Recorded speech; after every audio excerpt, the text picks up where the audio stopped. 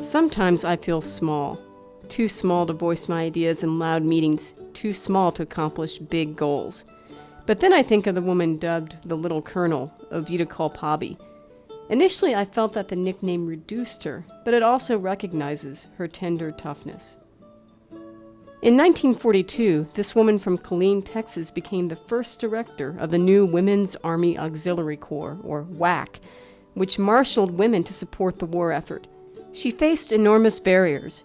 How could she overcome the resistance of male soldiers and politicians, some of whom feared that women would boss men around and abandon their core task of childbearing and rearing?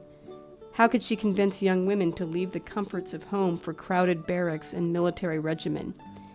In confronting these challenges, Hobby demonstrated dedication, charm, and a commitment to equality.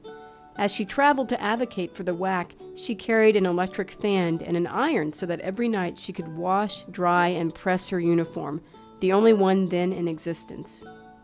Before attending meetings about controversial issues, she would turn to her aide and proclaim, "Take down my sword."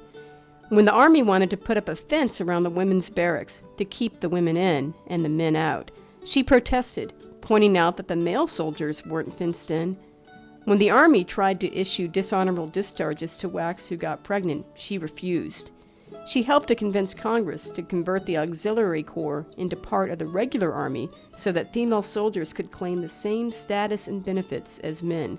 Later, when she helped to organize the Armed Forces Day celebration in Houston, she infuriated her co-chair by insisting that the banquet be open to all races. Recently, I've been standing a little taller, speaking up to make sure that our organization serves the broader community. I think Oveta would be proud.